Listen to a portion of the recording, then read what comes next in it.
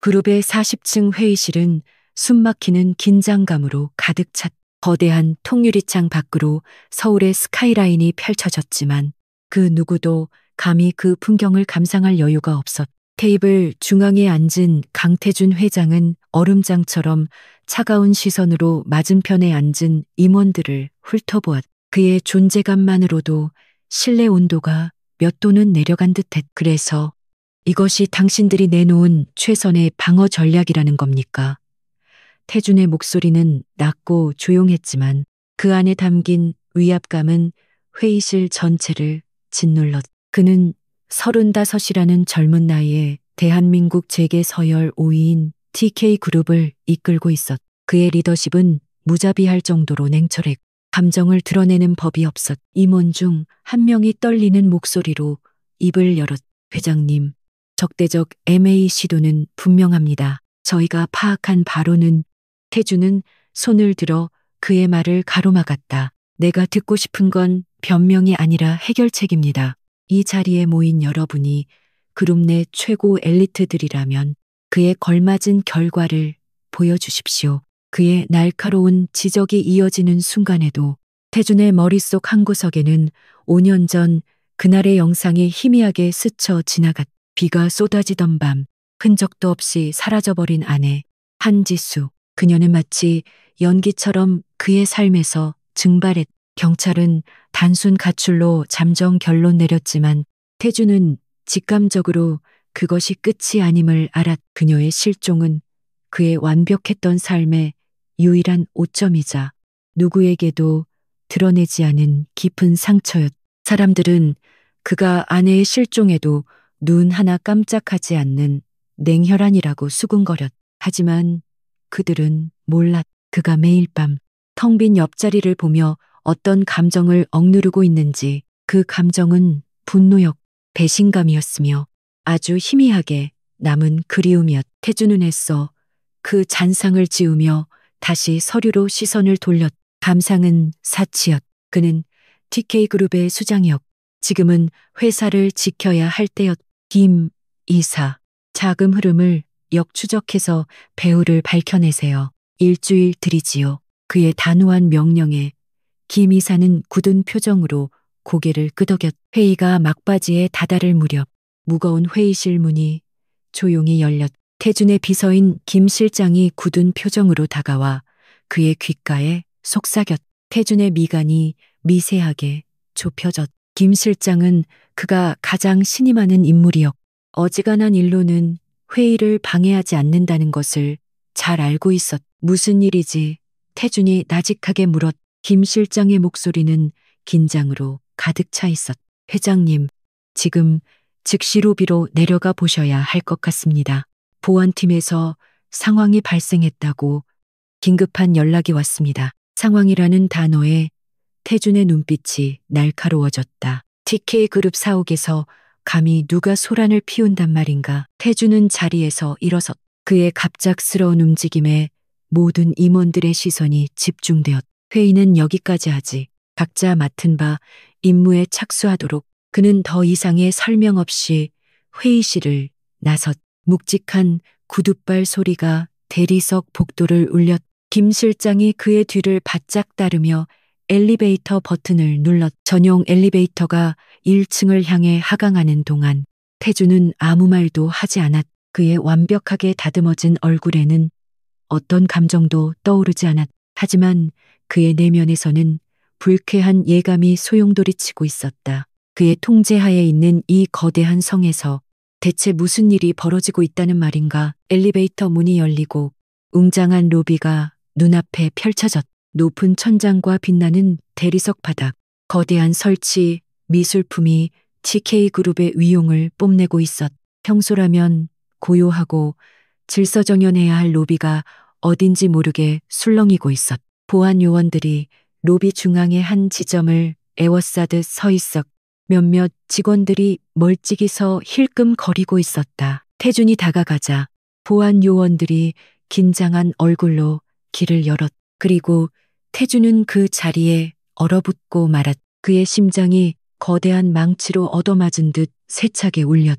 시간의 흐름이 멈춘 것 같았. 그곳에는 5년 전 그의 삶에서 사라졌던 여자 한지수가 서 있었. 그녀는 변해 있었.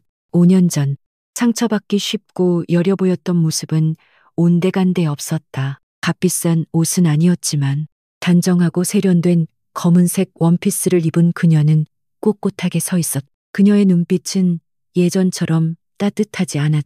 대신 그 어떤 폭풍에도 흔들리지 않을 듯한 차가운 평온함과 예리함이 자리 잡고 있었. 지수태준의 목소리가 자신도 모르게 새어나왔. 그것은 질문이라기보다는 믿을 수 없는 현실에 대한 확인에 가까웠다. 어떻게 그녀가 지금 여기에 자신의 눈앞에 서 있을 수 있단 말인가. 지난 5년간 그녀를 찾기 위해 비밀리에 쏟아부었던 그 모든 노력에도 불구하고 그녀는 마치 유령처럼 나타났. 지수는 천천히 고개를 들어 그를 마주 보았. 그녀의 시선은 태준의 놀란 얼굴을 정확히 꿰뚫어 보았. 그녀는 아무 말도 하지 않았지만 그 침묵은 그 어떤 비난보다 더 날카롭게 태준의 가슴을 파고들었다. 태준은 자신도 모르게 한 걸음 다가갔. 분노가 치밀어 올랐다. 이 여자는 감히 자신을 떠났. 이제 와서 제 발로 돌아왔. 지금 여기서 뭐 하는. 태준이 말을 끝맺기도 전에 그의 시선은 그녀의 곁으로 향했. 지수의 양손을 꼭 잡고 있는 두 아이, 5살쯤 되어 보이는 남자아이와 여자아이였. 아이들은 낯선 환경과 많은 사람들 때문인지 혹은 그들의 앞에선 태준의 위압적인 기운 때문인지 지수의 뒤로 반쯤 몸을 숨긴 채 그를 올려다보고 있었다. 태준의 호흡이 멎었. 그는 아이들의 얼굴을 보았. 그리고 그 순간 세상의 모든 소리가 사라졌. 아이들의 얼굴, 특히 남자아이의 눈매와 굳게 담은 입술, 여자아이의 오똑한 코와 턱선. 그것은 부정할 수 없을 만큼 거울을 통해 매일 아침 마주하는 자신의 어린 시절 모습과 놀랍도록 닮아 있었. 머릿속이 하얗게 비어버렸. 이성적인 사고가 마비되었다. 5년. 그녀가 사라진 지 정확히 5년이 지났다. 그리고 이 아이들은 5살쯤 되어 보였. 퍼즐 조각들이 강제로 맞춰지며 끔찍하고도 충격적인 그림을 완성해냈다. 태준의 시선이 경악으로 물들어 다시 지수에게로 향했. 그는 자신을 기만했다는 배신감과 설명할 수 없는 혼란스러움에 휩싸였. 이 아이들은 설마 한지수, 이게 다 무슨. 그의 목소리가 심하게 떨리고 있었. 그 강태준이 단 한 번도 남 앞에서 흔들린 적 없던 그가 통제력을 잃어가고 있었. 그때 지수가 드디어 입을 열었. 그녀의 목소리는 로비의 차가운 대리석처럼 울렸. 오랜만이네요. 강태준 씨. 그녀는 그를 회장님도 여보도 아닌 마치 처음 보는 사람처럼 강태준 씨라고 불렀. 그 호칭이 그 어떤 욕설보다 더 비수처럼 태준의 자존심을 찔렀. 아이들이 지수의 손을 더욱 꽉 잡았. 여자아이가 작은 목소리로 물었다. 엄마, 이 아저씨 누구예요? 아이의 맑은 목소리가 로비에 울려 퍼졌. 그 질문은 태준의 심장을 관통했. 아저씨. 자신의 핏줄일지도 모르는 아이가 그를 아저씨라고 불렀다. 태준은 주먹을 세게 움켜쥐었. 손톱이 손바닥을 파고드는 고통이 느껴졌지만 가슴을 찢는 듯한 이 혼란스러움에 비하면 아무것도 아니었. 그는 보안 요원들과 주변의 직원들을 향해 얼음처럼 차가운 목소리로 명령했. 전부 비켜. 그리고 김 실장, 당장 내 집무실로 통하는 비상 엘리베이터를 확보해. 아무도 접근하지 못하게 해.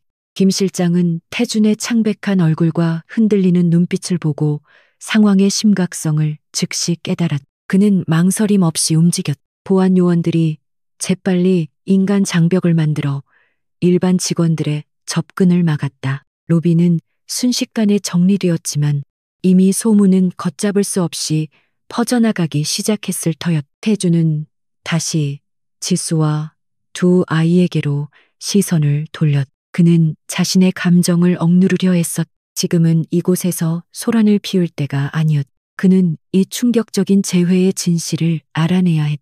따라와. 그는 더 이상 아무 말도 하지 않고 돌아섰. 그의 등은 여전히 꼿꼿했지만 그 걸음걸이에는 평소의 여유로움 대신 혼란스러운 다급함이 묻어났. 지수는 잠시 망설임 없이 아이들의 손을 잡고 그의 뒤를 따랐. 그녀는 돌아왔.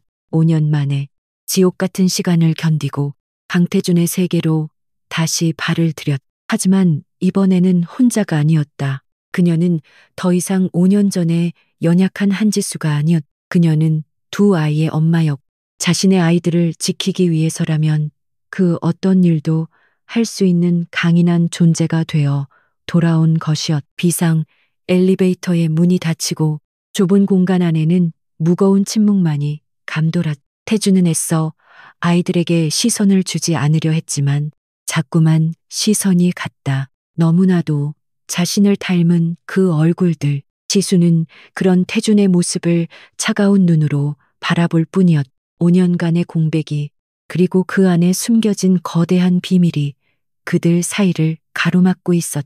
엘리베이터는 최고층 그의 펜트하우스로 향하고 있었다. 폭풍전의 고요함이었. 태준의 펜트하우스는 그의 성격만큼이나 차갑고 정돈되어 있었다. 거대한 창밖으로 서울의 전경이 한눈에 들어왔지만 실내는 옹기라고는 찾아볼 수 없는 무채색으로 가득 차 있었. 지수는 익숙하면서도 낯선 공간을 천천히 둘러보았.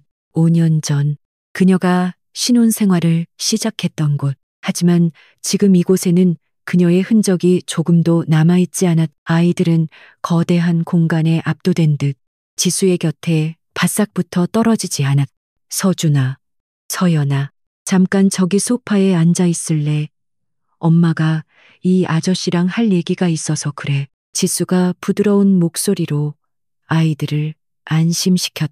아이들은 고개를 끄덕이며 조심스럽게 소파 끝에 걸터앉았. 아이들이 자리에 앉자마자 태주는 참아왔던 분노를 터뜨렸. 한지수, 이게 다 무슨 짓이지? 5년 동안 어디서 뭘 하다가 이제 와서 나타난 거야. 그리고 이 아이들은 대체 누구야? 그의 고함 소리가 텅 빈 거실을 울렸. 그는 자신을 기만한 아내, 아니, 전 아내라고 불러야 할지도 모르는 여자에게 답을 요구했. 지수는 태준의 분노에도 눈 하나 깜짝하지 않았. 그녀는 천천히 그에게 다가갔. 내 이름 아직 기억하고 있었네요. 놀랍네. 그녀의 목소리는 차분했지만 그 안에는 날카로운 가시가 숨어 있었. 내가 어디서 뭘 했는지는 당신이 상관할 바 아니에요. 중요한 건 내가 돌아왔다는 사실이지. 상관할 바가 아니라고. 당신은 내 아내였어. 그리고 이 아이들은 내 아이들이지. 안 그래? 태준이 짐승처럼 으르렁거렸. 그는 진실을 원했. 지수는 그의 눈을 똑바로 마주 보았. 그래요. 당신 아이들이에요. 당신이 그토록 원했던 TK그룹의 후계자들이라고. 서준이와 서연이 당신의 핏줄 확인이었다. 태주는 휘청거렸. 머릿속에서는 수만 가지 생각이 오갔. 그녀가 자신의 아이들을 임신한 채 사라졌다는 것, 그리고 5년 동안 혼자서 아이들을 키웠다는 것. 왜 말하지 않았지? 왜 날 떠난 거야? 태준의 목소리에는 분노와 함께 깊은 혼란이 담겨 있었. 지수는 경멸이 담긴 쓴웃음을 지었. 말하라고. 당신한테, 당신 가족들이 나한테 무슨 짓을 했는지 잊었어. 아니, 당신은 애초에 알려고 하지도 않았지. 그녀의 목소리가 조금씩 높아졌다. 난 도망쳐야 했어. 당신의 어머니, 아니, 당신의 새어머니 민 여사 때문에. 그 여자가 날 죽이려고 했으니까. 태준의 눈이 커졌. 무슨 소리야? 어머니가 왜 당신을?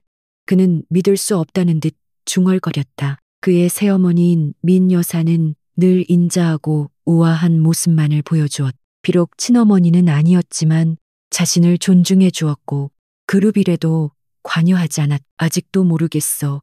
당신 참 순진하네. 강태준 씨.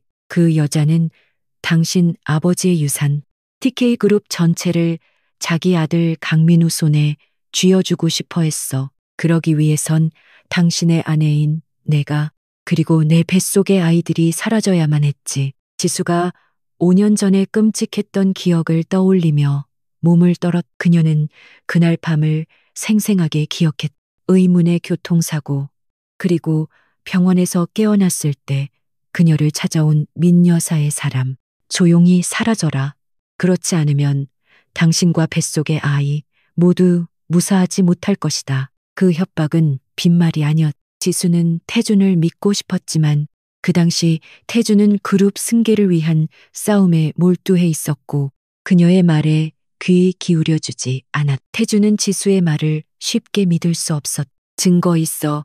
당신 말대로라면 당신은 5년 동안 숨어 지냈다는 건데 왜 이제 와서 나타난 거지?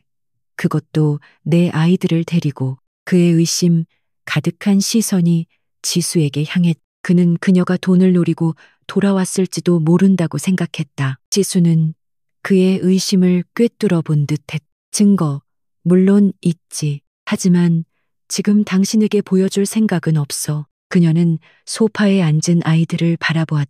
내가 돌아온 이유는 단 하나야. 내 아이들을 위해서. 서준이와 서연이는 더 이상 숨어 지낼 필요가 없어. 이 아이들은 TK그룹 강태준 회장의 자식들이고 이 자리를 차지할 정당한 권리가 있어.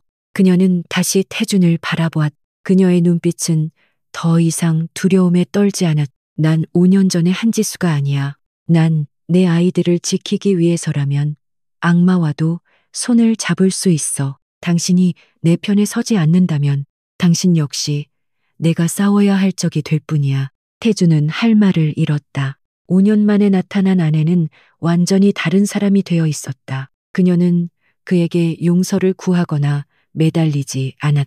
오히려 그에게 선전포고를 하고 있었다. 그리고 그 선전포고의 중심에는 자신을 꼭 닮은 두 아이가 있었.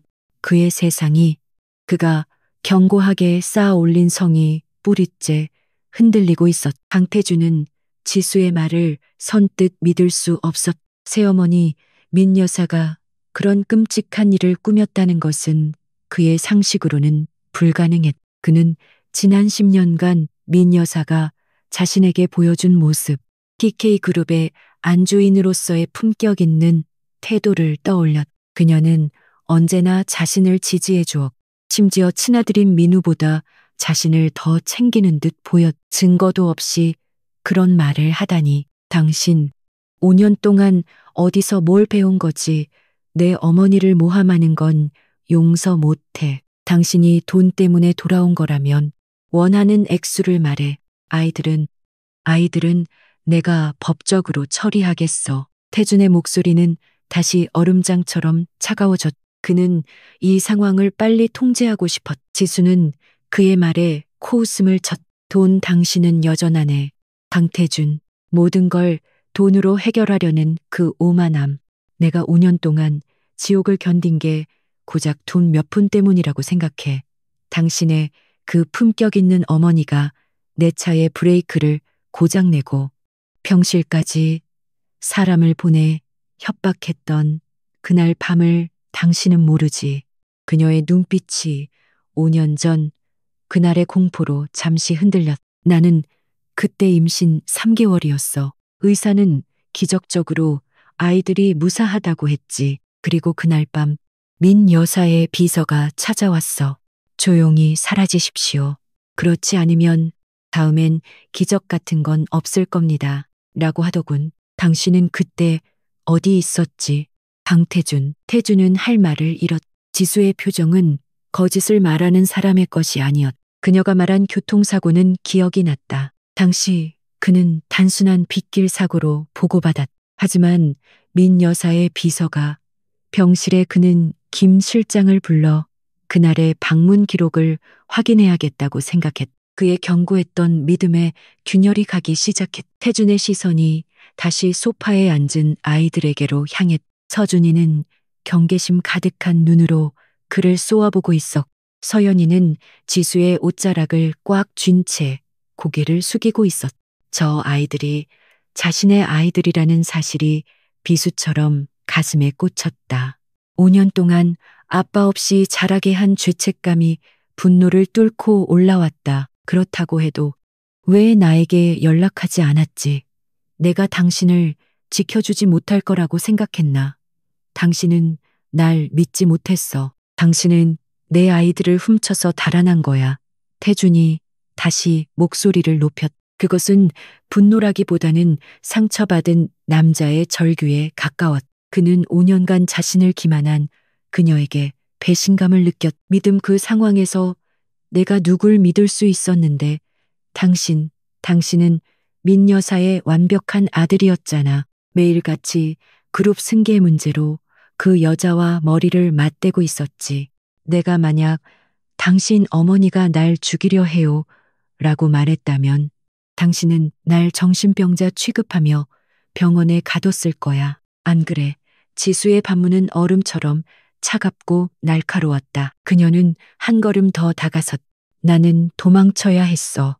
나 혼자였다면 당신 곁에 남아 싸웠을지도 모르지. 하지만 내겐 서준이와 서연이가 있었어. 내 아이들을 지키는 게 내 유일한 임무였어. 그래서 난 죽은 사람이 되어야만 했어. 당신의 세계에서 그리고 민 여사의 감시망에서 태주는 것이를 서성거렸. 머릿속이 터질 것 같았다. 5년간의 공백, 아내의 실종, 그리고 갑작스러운 아이들의 등장. 이 모든 것이 거대한 음모의 일부였다는 말인가. 그렇다면 그는 지난 5년간 완벽하게 속고 있었. 자신의 가장 가까운 사람에게, 새어머니라고 믿었던 그 여자에게 그는 애써 냉정을 되찾으려 하며 마지막으로 상황의 주도권을 쥐려 했. 좋아. 당신 말이 사실이라고 치지. 그렇다면 이제 와서 돌아온 이유는 뭐야? 5년이나 지난 지금 민 여사가 더 이상 위협이 되지 않는다고 판단한 건가? 아니면 내가 모든 걸 해결해 주길 바라는 건가? 지수는 창밖의 도시를 바라보며 천천히 말했. 내가 돌아온 건 당신에게 무언가를 바라기 때문이 아니야. 서준이와 서연이는 더 이상 어둠 속에 숨어 살 수 없어. 이 아이들은 TK그룹의 적장자 강서준이고 강서연이야. 난 내 아이들의 이름과 자리를 되찾아 주러 왔어. 그녀가 다시 태준을 돌아보았. 그녀의 눈에는 더 이상 애정이나 미련이 남아있지 않았. 오직 얼음 같은 결의뿐이었. 그리고 착각하지 마. 강태준 씨, 난 당신의 아내로 돌아온 게 아니야. 5년 전 한지수는 그 사고와 함께 죽었어. 난 내 아이들의 엄마 한지수로 돌아왔을 뿐이야. 그녀의 말은 그들 사이에 거대한 얼음벽을 세웠. 태주는 깨달았. 이 여자는 더 이상 자신이 알던, 통제할 수 있던 그 여자가 아니었. 그녀는 자신과 동등한 혹은 그 이상의 힘을 가진 존재가 되어 돌아왔. 당신이 내 아이들의 아버지로서 자격이 있는지는 앞으로 당신이 어떻게 하느냐에 달렸어. 오늘부터 나와 아이들은 이 집에서 지내겠어. 아니, 이 집이 불편하다면 호텔이라도 상관없어. 하지만 공식적으로 나는 실종되었던 강태준 회장의 아내로 돌아온 거야. 그리고 당신은 내 아이들의 존재를 공식적으로 인정해야 해. 그게 내 첫 번째 조건이야. 지수가 단호하게 말했. 태주는 마른 세수를 했다. 그녀를 다시 받아들인다는 것은 새어머니 민 여사와의 전면전을 선포하는 것과 같았. 하지만 그녀를 거부한다면 이 아이들을 자신의 핏줄을 내치는 것이 된다. 그는 선택의 기로에 섰. 그리고 그의 앞에는 5년의 세월이 벼려낸 차가운 검. 한지수가 서 있었. 태주는 지수의 조건을 즉각 받아들일 수 없었. 당신 제정신이야. 아이들을 당장 공식화하라고. 그룹이 지금 얼마나 민감한 시기인지 몰라서 하는 소리야. 적대적 MA 시도까지 들어오고 있어. 이 상황에 내게 혼외자, 아니, 숨겨둔 아이들이 있다는 게 알려지면, 그래서 당신의 경영권 방어가 내 아이들의 존재보다 더 중요하다는 뜻이야. 당신이 주저하는 사이 민 여사와 강민우는 그룹을 통째로 삼키고 당신을 내쫓을 텐데 내가 보기엔 당신이야말로 제정신이 아닌 것 같은데. 지수의 지적은 정확했. 그녀는 5년간 허송 세월을 보낸 것이 아니었. 지난 5년간 난 당신들 세계에서 멀리 떨어져 있었지만 당신들 세계를 분석하는 법을 배웠어. TK그룹의 재무제표, 최근의 주가 변동 전부 검토했지. 지금 당신을 공격하는 세력, 그 뒤에 누가 있다고 생각해? 그녀가 태준에게 도발적인 질문을 던졌다. 그녀의 눈빛은 마치 모든 것을 알고 있다는 듯이 빛났. 태준의 머릿속에 번개가 쳤. 적대적 MAC도, 그리고 그 시기에 맞춰 돌아온 지수와 아이들. 그는 지금까지 외부의 적만을 생각하고 있었다. 하지만 만약 지수의 말이 사실이라면 적은 내부에 있었. 새어머니와 이복 동생, 그들이 외부 세력과 손을 잡고 자신을 끌어내리려 하고, 지수는 그것을 역이용하기 위해 돌아온 것일까? 나는 당신의 도움이 필요해서 돌아온 게 아니야. 나는 내 계획이 있어. 하지만 당신이 내 아이들의 아버지로서 최소한의 역할을 하겠다면 협력할 용의는 있어. 선택은 당신이 해. 이대로 민 여사에게 모든 것을 빼앗기고 무너질 것인지, 아니면 나와 손을 잡고 당신의 자리와 당신의 아이들을 지킬 것인지. 펜트하우스 안에는 다시 무거운 침묵이 흘렀. 두 아이는 겁에 질린 눈으로 어른들의 대화를 지켜보고 있었. 태주는 지수를 바라보았다. 낯선 여자, 5년의 시간을 뛰어넘어 그의 심장을 뒤흔들고 그의 제국을 뒤흔들기 위해 돌아온 여자. 그녀는 더 이상 보호해야 할 대상이 아니었. 그녀는 파트너이거나 혹은 가장 무서운 적이었. 그는 깊은 한숨을 내쉬었. 김 실장에게 2층에 게스트 스위트룸을 준비하라고 하겠어. 아이들이 필요한 것도 모두 준비시키지. 공식 발표는 시간이 필요해. 하지만 당신과 아이들의 안전은 내가 보장하지. 대신 당신이 가진 증거, 그리고 당신의 계획, 모든 것을 나에게 공유해야 해. 지수는 만족스럽지는 않지만 예상했다는 듯 고개를 끄덕였. 좋아. 하지만 명심해. 내 인내심은 그리 길지 않아. 그리고 다시 한번 말하지만 난 당신을 믿지 않아. 난 오직 내 아이들만 믿어. 그녀는 아이들에게 다가가 다정하게 머리를 쓰다듬었. 그녀의 눈빛은 오직 아이들을 향할 때만 따뜻하게 변했. 서준이가 작은 목소리로 지수에게 물었. 엄마, 저 아저씨가 우리 아빠예요. 태주는 숨을 죽였. 지수는 잠시 망설이다가 아이의 눈을 바라보며 말했. 그래, 서준아, 저 사람이 너희 아빠란다. 하지만 엄마랑 아빠는 조금 복잡한 사이가 됐어. 너희는 신경 쓰지 않아도 돼. 엄마가 다 지켜줄 거야. 복잡한 사이. 그 말이 태준의 가슴을 찔렀. 그는 자신의 아이들에게 아빠라고 불리지 못하고 저 사람이라고 불리는 현실을 마주해야 했다. 5년 전 그가 조금만 더 지수에게 관심을 가졌더라면, 그녀의 고통을 알아차렸더라면. 후회가 밀려왔지만 지금은 감상에 젖어 있을 때가 아니었. 김 실장이 조심스럽게 인터폰으로 연락을 해왔. 회장님, 스위트룸 준비가 완료되었습니다. 지수는 아이들을 일으켜 세웠. 가자. 얘들아, 우리 새 방 보러 가자. 그녀는 태준에게 눈길도 주지 않고 아이들의 손을 잡고 문을 향해 걸어갔. 태준은 그 뒷모습을 망연자실하게 바라보았. 지수와 아이들이 나가고 거대한 펜트하우스에는 다시 태준 혼자 남았. 하지만 방금 전과는 모든 것이 달라져 있었. 5년간 그를 짓눌렀던 실종의 미스터리는 풀렸지만 그보다 더 거대하고 차가운 진실의 빙산이 그의 앞을 가로막고 있었. 그는 새어머니 민 여사에게 배신당했. 아내에게는 버림받았으며 아이들에게는 이방인이었. 그는 주먹을 꽉 쥐었. 강태주는 이대로 무너질 수 없었. 그가 지켜야 할 것이 생겼. 그의 회사, 그리고 그의 아이들. 그는 즉시 김 실장을 호출했. 김 실장, 지금 당장 5년 전 한지수 씨의 교통사고 기록, 그리고 그날 병원 방문자 기록을 전부 다시 조사해. 아주 사소한 것 하나도 놓치지 말고. 그리고 태주는 잠시 망설였. 민 여사와 강민우 전무의 최근 자금 흐름과 통화 내역도 비밀리에 파악해. 누구도 눈치채지 못하게. 김 실장은 놀란 기색을 감추며 고개를 숙였. 알겠습니다. 회장님, 태주는 차가운 도시의 야경을 내려다보았. 거대한 폭풍이 몰려오고 있었. 지수는 김 실장의 안내를 받아 펜트하우스 아래층에 위치한 VVIP 게스트 스위트룸에 도착했다.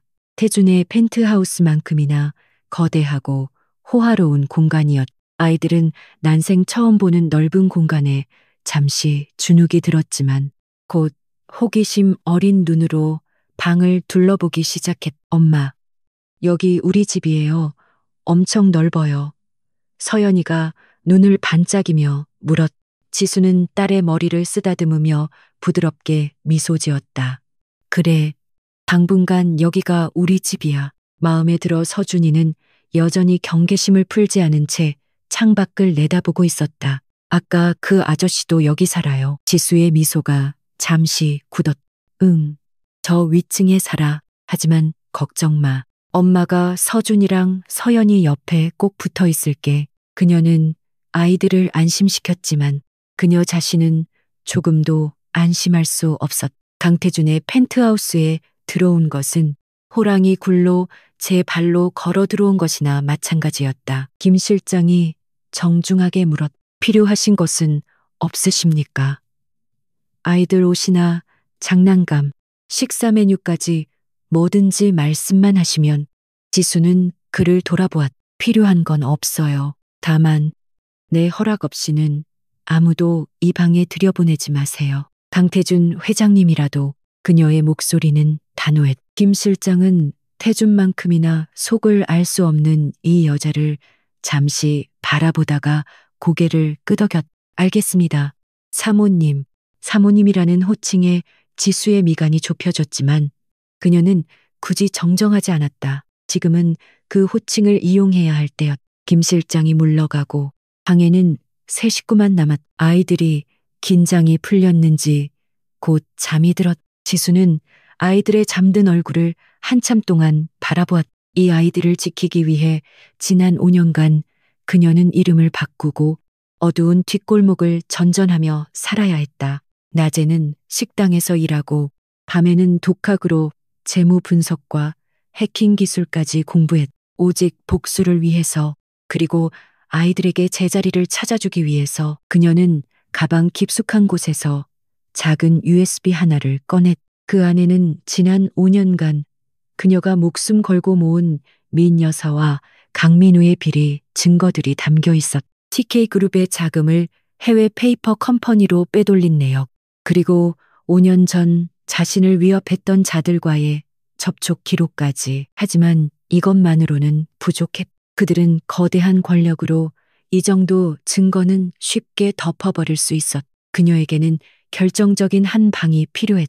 그리고 그 한 방을 위해서는 강태준의 힘이 필요했. 그녀는 강태준을 믿지 않았지만 그의 TK그룹에 대한 집착과 자부심은 믿었. 지수는 노트북을 켰. 그녀는 돌아왔. 그리고 이제 그녀의 전쟁이 본격적으로 시작될 참이었. 그녀는 강태준이 자신의 말을 확인하고 움직일 것을 알고 있었. 그때까지 그녀는 아이들을 보호하며 다음 수를 준비해야 했. 얼음 벽 뒤에 숨겨진 불꽃이 조용히 타오르기 시작했. 한편 강태준의 펜트하우스에서 불과 몇 킬로미터 떨어진 한남동의 호화로운 본가 저택. TK그룹의 안주인이자 태준의 새어머니인 민서연 여사 민 여사가 우아하게 찻잔을 들고 있었. 그녀의 앞에는 친아들인 강민우 전무가 앉아 있었다. 민우는 태준보다 5살 어렸지만 야망만큼은 그 누구에게도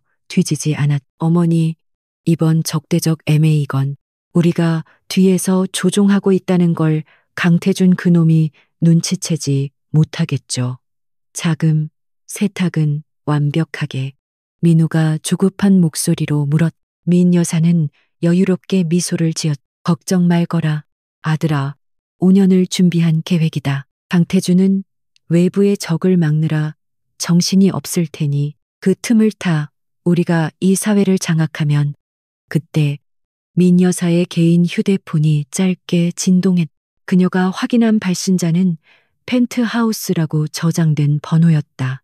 그녀가 태준의 펜트하우스에 심어둔 하우스키핑 매니저였. 민 여사의 표정이 순간 굳어졌. 그녀가 통화 버튼을 누르자마자 다급한 속삭임이 들려왔. 사모님, 큰일 났습니다. 한지수, 그 여자가 돌아왔습니다. 아이 둘을 데리고. 쨍그랑 민 여사가 들고 있던 찻잔이 바닥에 떨어져 산산조각났. 값비싼 페르시안 카펫 위로 뜨거운 차가 쏟아졌다. 그녀의 우아했던 가면이 순식간에 벗겨지고 창백한 얼굴에는 경악과 분노가 서렸.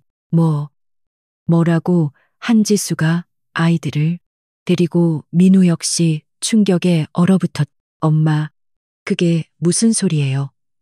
한지수라면 5년 전에 분명히 회장님이 직접 펜트하우스로 데리고 올라오셨습니다. 쌍둥이 같습니다. 남자 아이 하나, 여자아이 하나. 그리고 회장님 어린 시절과 너무나도 닮았습니다. 전화기 너머의 목소리가 확인 사살을 했. 민 여사는 전화기를 거의 부술듯이 움켜쥐었. 알았다. 계속 감시해. 그년이 누구와 접촉하는지, 무슨 말을 하는지 전부 보고해. 그녀는 전화를 끊고 아들을 노려보았다. 그녀의 눈이 분노로 이글거렸. 망할 년. 5년 전에 확실히 끝냈어야 했는데 감히 내 앞길을 다시 막아서, 그것도 태준이의 핏줄을 데리고. 그녀는 5년 전 자신의 사람을 시켜 지수의 차에 손을 댔던 나를 떠올렸. 분명히 처리했다고 보고받았는데 살아있었다니. 민우는 이마를 짚었. 아이들이라니. 그럼 태준이 형의 핏줄이 말도 안 돼. 그럼 우리가 지금까지 한 일이 전부 물거품이 될 수도 있어요. 태준이 형에게 후계자가 생겼으니 이사회와 주주들이. 그의 목소리가 공포로 떨렸. 그들의 모든 계획은 태준에게 후계자가 없다는 전제하에 세워진 것이었다. 민 여사는 금세 냉정을 되찾았. 그녀는 평생을 이런 위기 속에서 살아남은 여자였. 그녀의 눈빛이 뱀처럼 차가워졌. 아직 끝난 게 아니야. 그년이 돌아왔다면 이번에는 절대로 살려보내선 안 돼. 그 아이들도 마찬가지다. 강태준의 핏줄이라고 확인되기 전에 사라져야 해. 하지만 펜트하우스는 태준이 놈의 성이에요. 김 실장이 24시간 지키고 있을 텐데 어떻게 접근하죠? 5년 전처럼 사고로 위장하기도 어려워요. 민우가 불안해했다. 민 여사는 차갑게 웃었. 멍청하긴. 제 발로 호랑이 굴에 들어왔을 땐 그만한 이유가 있는 법이야. 강태준의 보호를 받으러 온 거겠지. 하지만 그 보호가 독이 될 수도 있어. 그녀는 잠시 생각에 잠겼. 5년 전엔 멍청하게 교통사고 따위를 이용했지. 하지만 지금은 달라. 강태준이 그 아이들을 공식적으로 인정하기 전에 처리해야 해. 아니, 처리할 필요도 없이 그년을 미친 여자로 만들면 그만이다. 돈을 노리고 5년 만에 나타난 정신 나간 여자로 만들면 돼. 민 여사는 자신의 아들을 바라보며 명령했. 민우야, 너는 당장 우리가 매수한 이사들을 소집해. 강태준이 정체불명의 여자와 아이들에게 휘둘리고 있으며 그룹 경영에 중대한 위협이 되고 있다고 바람을 넣어. 동시에 우리가 진행 중인 적대적 MA건을 더 세게 밀어붙여 태준이가 안팎으로 정신을 못 차리게 만들어야 해. 그들은 한지수가 얼마나 변했는지, 얼마나 치밀하게 준비했는지 전혀 알지 못했. 그들은 여전히 지수를 5년 전에 자신들의 협박 한마디에 모든 것을 포기하고 달아났던 연약한 여자로만 기억하고 있었. 그리고 그 오만함이 그들의 발목을 잡게 될 터였. 같은 시각 펜트하우스 아래층 스위트룸. 서준이와 서연이는 긴 여정과 낯선 환경에 지쳐 깊은 잠에 빠져 있었다. 지수는 아이들의 이마를 부드럽게 쓸어준 뒤 조용히 거실로 나왔. 방은 완벽하게 방음이 되어 있었. 아이들의 안전은 일단 확보된 듯했. 하지만 그녀는 긴장을 풀 수 없었. 그녀는 가방 깊숙한 곳에서 최신형 슬림 노트북과 USB 그리고 정체불명의 소형 라우터 장치를 꺼냈. 그녀의 눈빛은 아이들을 볼 때와는 전혀 다른 날카로운 전문가의 그것이었다. 이곳은 TK그룹의 심장부였고 동시에 강태준의 감시가 가장 심한 곳이기도 했. 그녀는 조심스럽게 움직여야 했. 5년. 그녀가 도망자로 산 시간. 하지만 그녀는 단순한 도망자가 아니었. 유럽의 한적한 도시에서 그녀는 낮에는 평범한 엄마였지만 밤에는 어둠 속의 학생이었. 그녀는 세계적인 화이트 해커 그룹과 익명으로 접촉하며 금융 보안과 데이터 분석 그리고 역추적 기술을 미친 듯이 파고들었. 오직 TK그룹의 철벽 보안망을 뚫고 민 여사의 비리를 캐내기 위해서였. 지수는 가져온 소형 라우터를 TK그룹의 내부 인터넷 포트에 연결했. 이 장치는 그녀가 직접 개조한 것으로 내부 네트워크의 방화벽을 우회하는 일종의 백도어였다. 그녀는 노트북을 켜고 검은 화면에 복잡한 코드 라인을 입력하기 시작했. 그녀의 손가락이 키보드 위에서 춤을 추듯 빠르게 움직였. 그녀의 목표는 민 여사와 강민우의 개인 계좌가 아니었. 그들은 이미 수십 개의 페이퍼 컴퍼니를 통해 자금을 세탁하고 있을 터 그녀가 노리는 것은 TK그룹의 그림자 장부, 즉 수년간 조성된 비자금 내역이었다. 그리고 그 장부에 접근할 수 있는 사람은 그룹 내에서도 극소수. 그녀는 강민우가 그중 한 명일 것이라 확신했. 그녀는 강태준을 기다리지 않았. 그가 아무리 빠르다 해도 지난 수십 년간 그룹 내부에 뿌리내린 민 여사의 세력을 단숨에 파악하기는 힘들 터였. 그녀는 스스로 증거를 찾아야 했. 그녀가 가진 USB의 자료는 과거의 것이었지만 지금 그녀가 찾는 것은 현재 진행형인 범죄의 증거였다. 그것만이 민 여사의 숨통을 확실히 끊을 수 있었다. 몇 시간 동안 그녀는 복잡한 보안 코드를 해독하며 네트워크 깊숙이 침투했.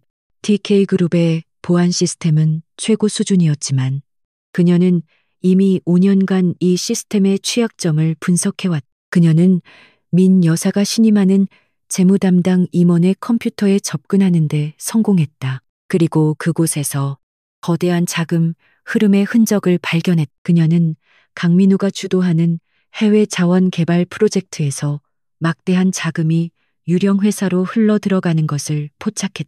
그리고 그 유령 회사의 자금 흐름이 현재 TK그룹을 공격하는 적대적 MA 세력의 자금원 중 하나와 일치한다는 것을 발견했. 내부의 적이 외부의 적과 손을 잡은 명백한 증거였. 지수는 차갑게 미소 지었다. 역시 당신들 생각은 변한 게 없네. 그녀는 조용히 데이터를 복제했. 그녀는 이 증거를 아직 강태준에게 넘길 생각이 없었.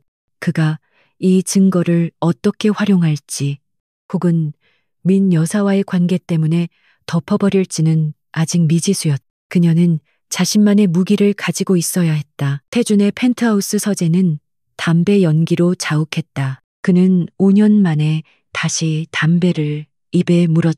지수가 사라진 후 끊었던 담배였. 그의 머릿속은 지수의 말과 민 여사의 얼굴로 뒤엉켜 혼란스러웠. 그때 김 실장이 무거운 표정으로 서류철을 들고 들어왔. 회장님, 요청하신 5년 전 자료입니다. 태준은 말없이 서류를 받아들였다. 그의 손이 미세하게 떨리고 있었. 그는 첫 장을 넘겼. 한지수의 교통사고 기록이었. 당시 담당 형사는 단순 빗길 사고로 종결했지만 저희가 차량 감식 원본 데이터를 복원했습니다. 브레이크 오일 라인이 날카로운 무언가에 의해 고의로 절단된 흔적이 발견되었습니다.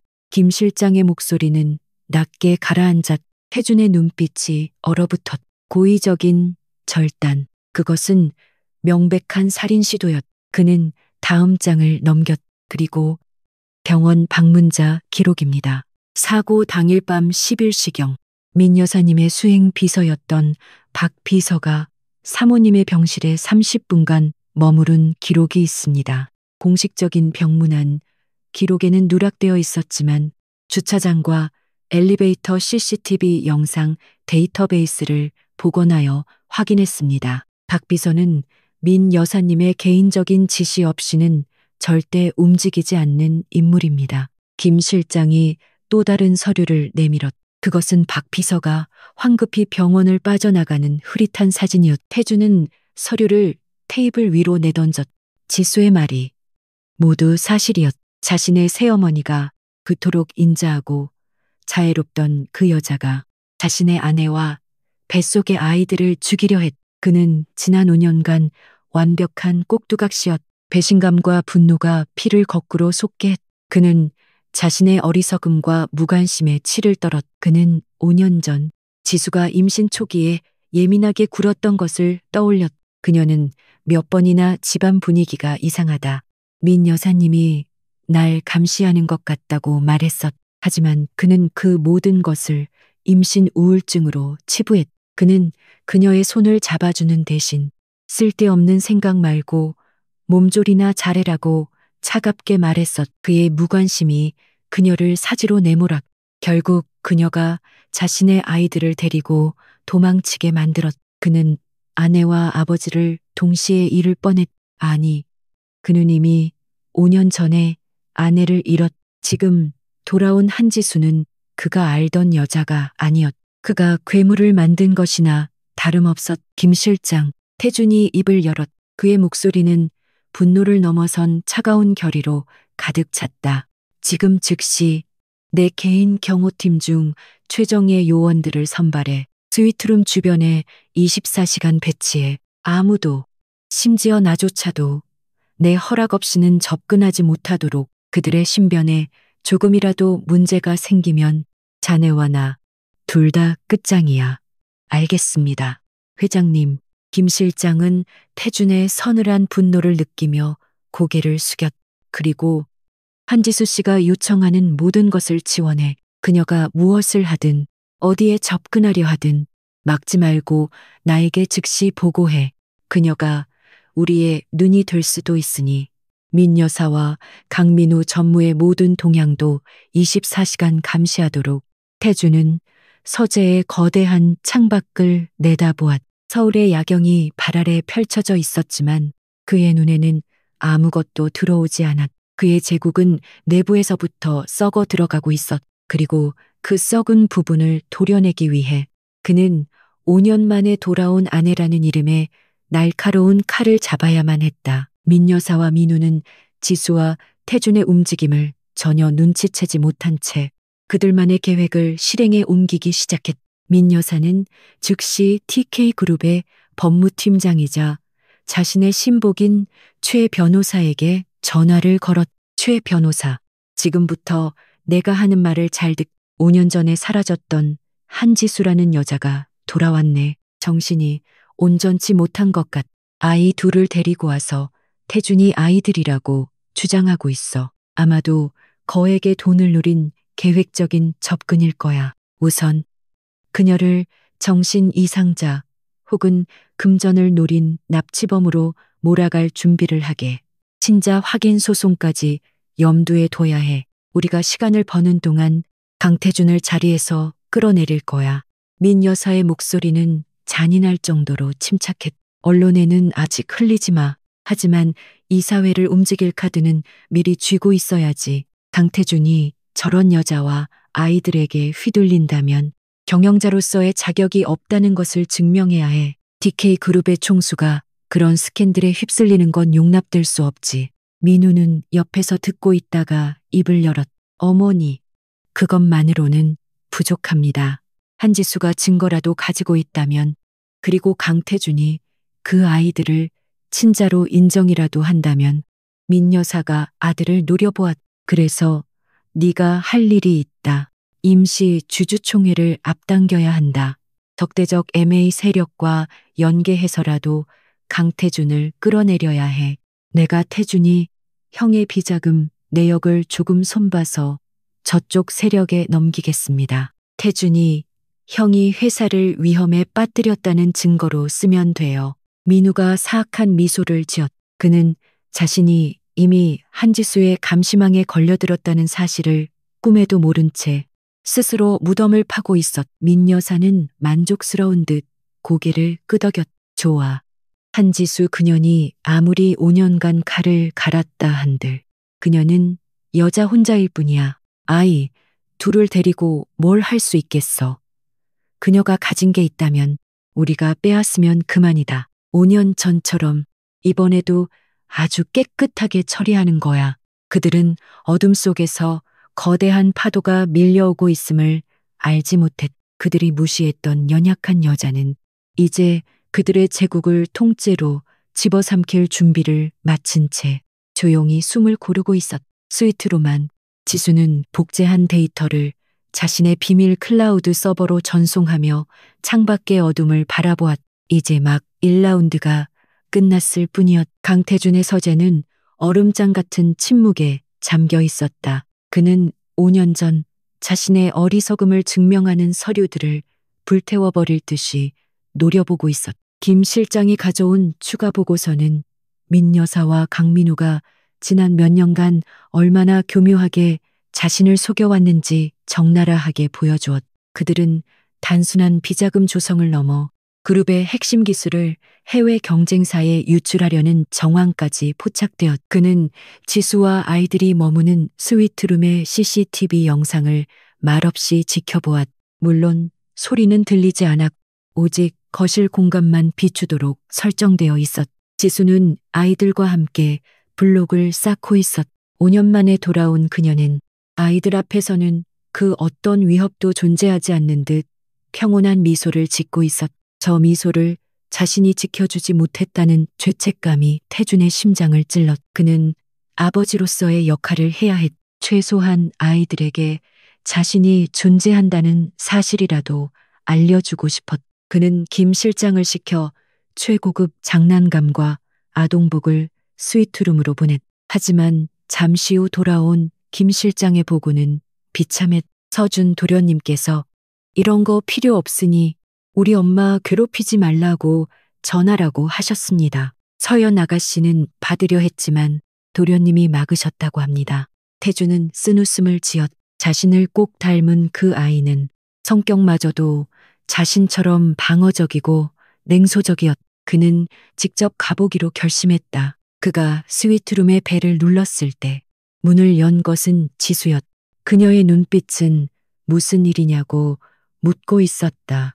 아이들, 잠깐 볼 수 있을까? 아버지로서 태준이 어렵게 입을 열었다. 지수는 잠시 망설였지만 이내문에서 비켜섰. 아이들은 소파에서 그림책을 보고 있었. 태준이 다가가자 서준이는 즉시 서연이를 자기 뒤로 숨기며 경계의 눈빛을 보냈다. 왜 왔어요? 우리 엄마한테 또 소리 지르려고 왔어요. 아이의 앙칼진 목소리가 태준의 가슴을 때렸다. 그날 로비에서의 고함 소리를 아이가 기억하고 있었. 아니, 그게 아니라 서준아, 서연아, 나는 너희 아빠다. 태준이 무릎을 굽혀 아이들과 눈높이를 맞추려 했. 이건 아빠가 주는 선물이야. 그가 쇼핑백을 내밀었다. 서연이가 호기심 어린 눈으로 손을 뻗으려 했지만 서준이가 단호하게 막아섰. 필요 없어요. 우리 아빠는 엄마뿐이에요. 아저씨는 우리 엄마 울게 만들었잖아요. 태주는 그 어떤 비즈니스 협상에서도 느껴보지 못한 깊은 무력감에 휩싸였. 그는 지수를 바라보았. 지수는 팔짱을 낀 채 벽에 기대어 이 광경을 지켜보고 있었. 그녀의 표정은 차가웠지만 눈빛은 슬픔으로 흔들리고 있었.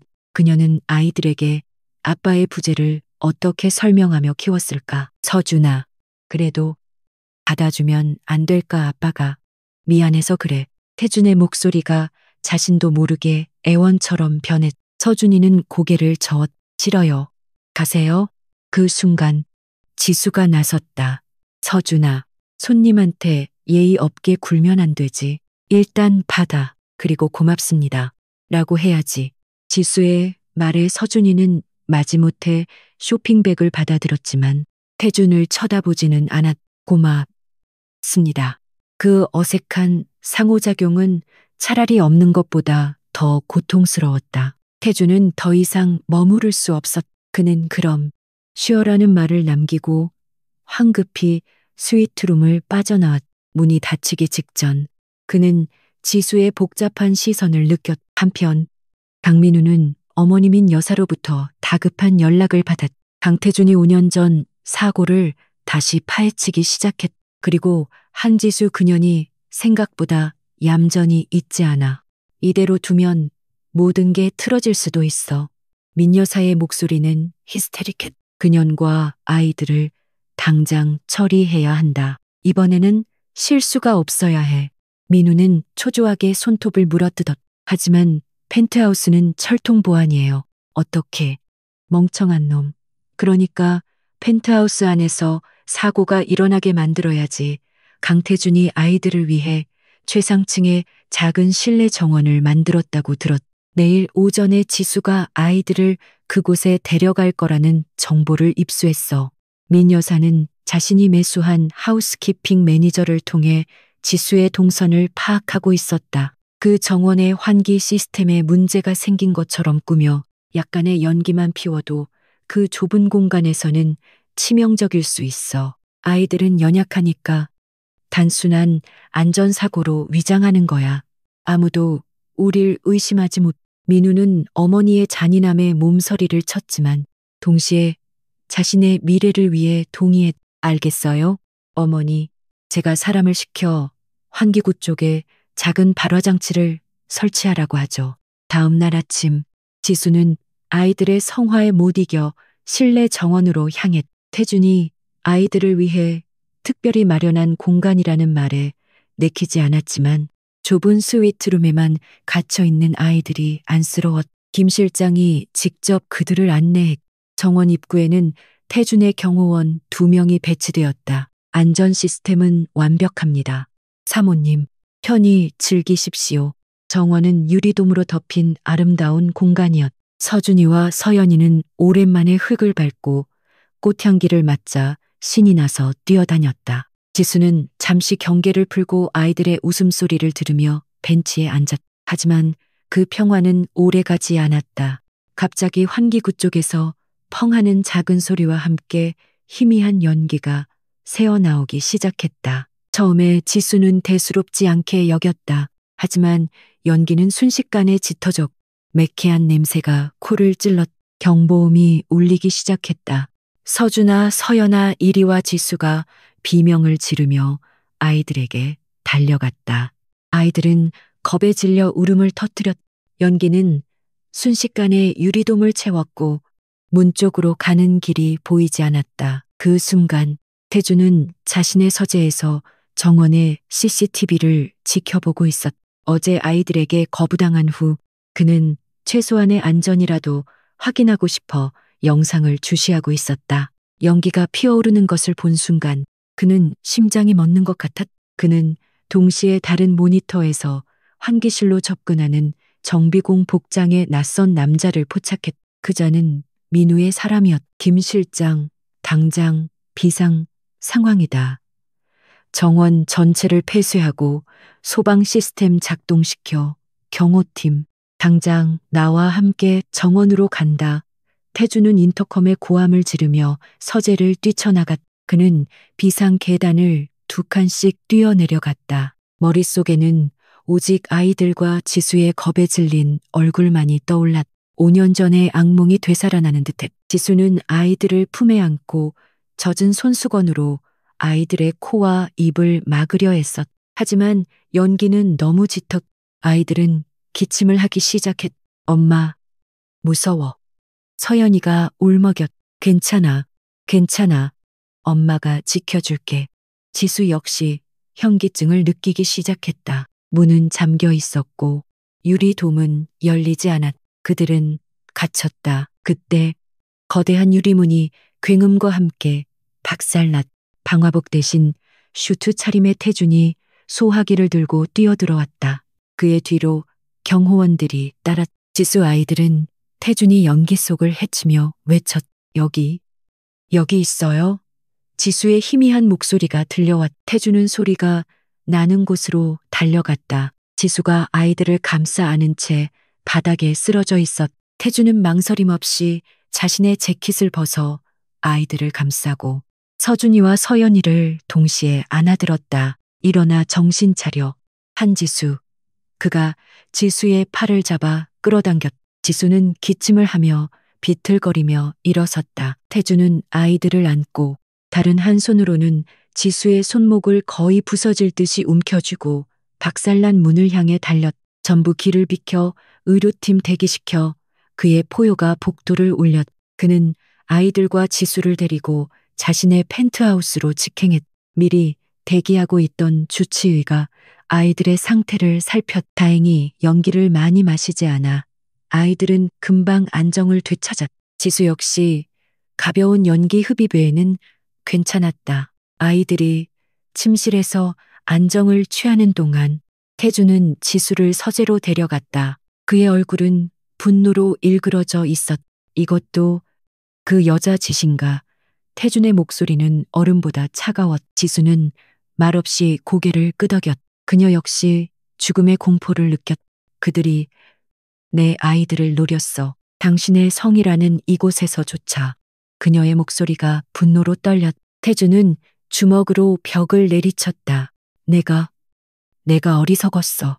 그들을 너무 과소평가했어. 그는 지수 앞에서 그는 처음으로 자신의 오만함을 버리고 한 여자와 두 아이의 아버지로서 그녀를 마주 보았. 미안하오. 지수 씨.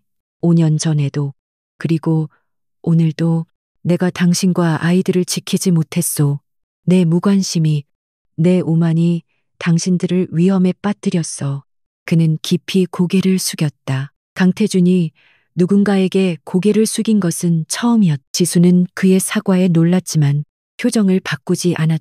사과가 필요한 게 아니에요. 내 아이들의 안전이 필요해. 태준은 고개를 들었다. 그의 눈에는 맹렬한 불꽃이 타오르고 있었. 알아.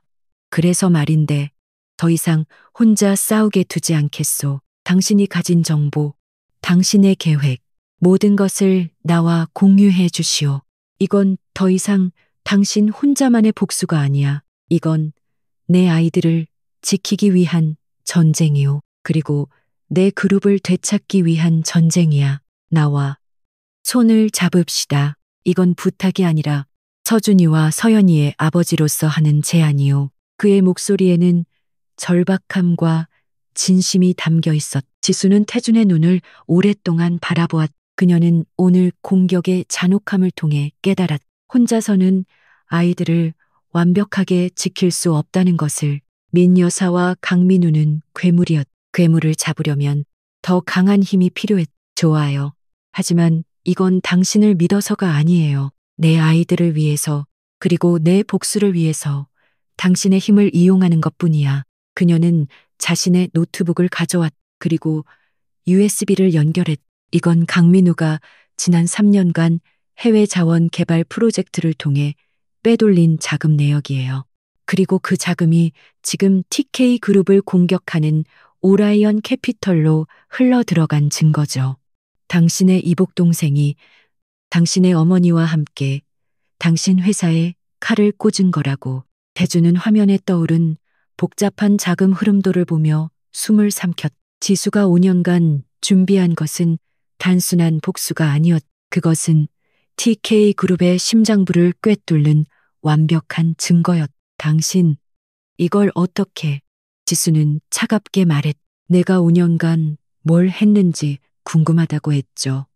당신들이 날 연약한 여자로만 기억할 때 난 당신들의 목을 조를 칼을 갈고 있었어요. 불완전하고 위험한 연대가 시작되었. 한 명은 잃어버린 가족을 지키기 위해, 다른 한 명은 빼앗긴 모든 것을 되찾기 위해. 두 사람은 서로를 불신했지만 공동의 적을 향한 증오라는 하나의 목표로 묶였.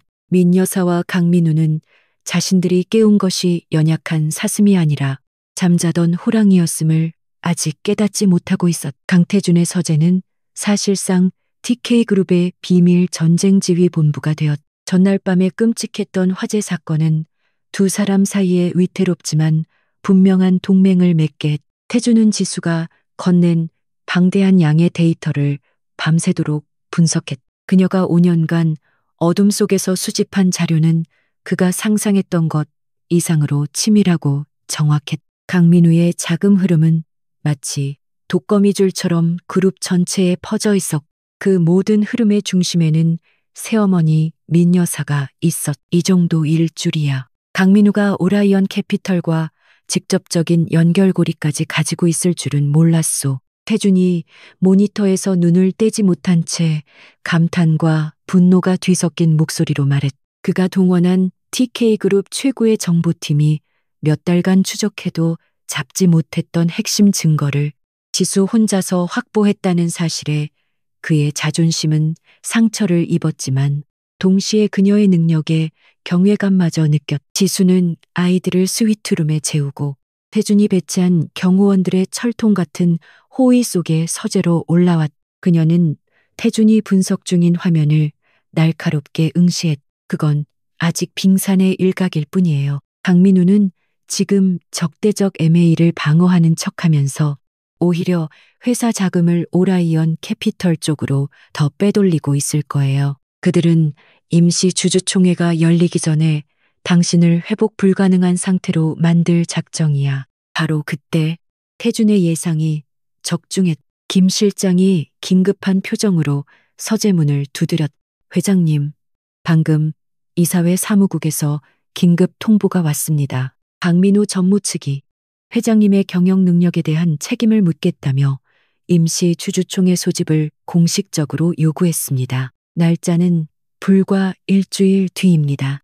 태준의 주먹이 단단한 원목 책상을 내리쳤. 올 것이 왔군. 그들은 내가 어젯밤 화재 사건의 배후를 추적하느라 정신이 없을 거라고 생각했겠지. 그리고 동시에 주주총회 카드를 꺼내들어 나를 안팎으로 압박해서 자리에서 끌어내릴 속셈이야. 그가 김 실장에게 물었다. 그들이 내세운 명분은 뭐지? 김 실장은 어렵게 입을 열었. 최근의 급격한 주가 하락과 적대적 MA에 대한 미흡한 대처가 첫 번째 이유입니다. 그리고 회장님의 사생활 문제를 공식적으로 거론했습니다. 5년 만에 돌아온 정신이 불안정한 아내와 정체불명의 아이들 문제로 인해 회장님의 판단력이 심각하게 흐려졌다고 주장하고 있습니다. 지수의 눈빛이 얼음장처럼 차가워졌. 결국 나와 아이들을 빌미로 삼았다고 민 여사가 드디어 꽁꽁 숨겨둔 발톱을 드러내는군. 좋아요. 그들이 우리를 위해 근사한 무대를 깔아주겠다는데 우리가 빠질 수 없지. 태준은 그런 지수의 반응에 당황했다. 빠지다니. 지금 당장 방어 전략을 짜도 시간이 부족해. 일주일 안에 우호 지분을 확보하고 주주들을 설득해야. 방어하니. 지수가 태준의 말을 단호하게 잘랐. 지금 우리가 방어에 집중하면 우린 100% 져요. 그들은 이미 수년간 이사들과 주요 주주들을 매수해왔을 거야. 우리가 그들의 비리, 증거를 폭로해도 그들은 법률 대리인을 내세워 시간을 끌며 법망을 빠져나가려 하겠죠. 우리는 그들이 스스로 무덤을 파고 들어가게 만들어야 해요. 태준의 미간이 깊게 패였. 그게 무슨 뜻이지? 지수는 그의 자리로 다가가 키보드를 잡았.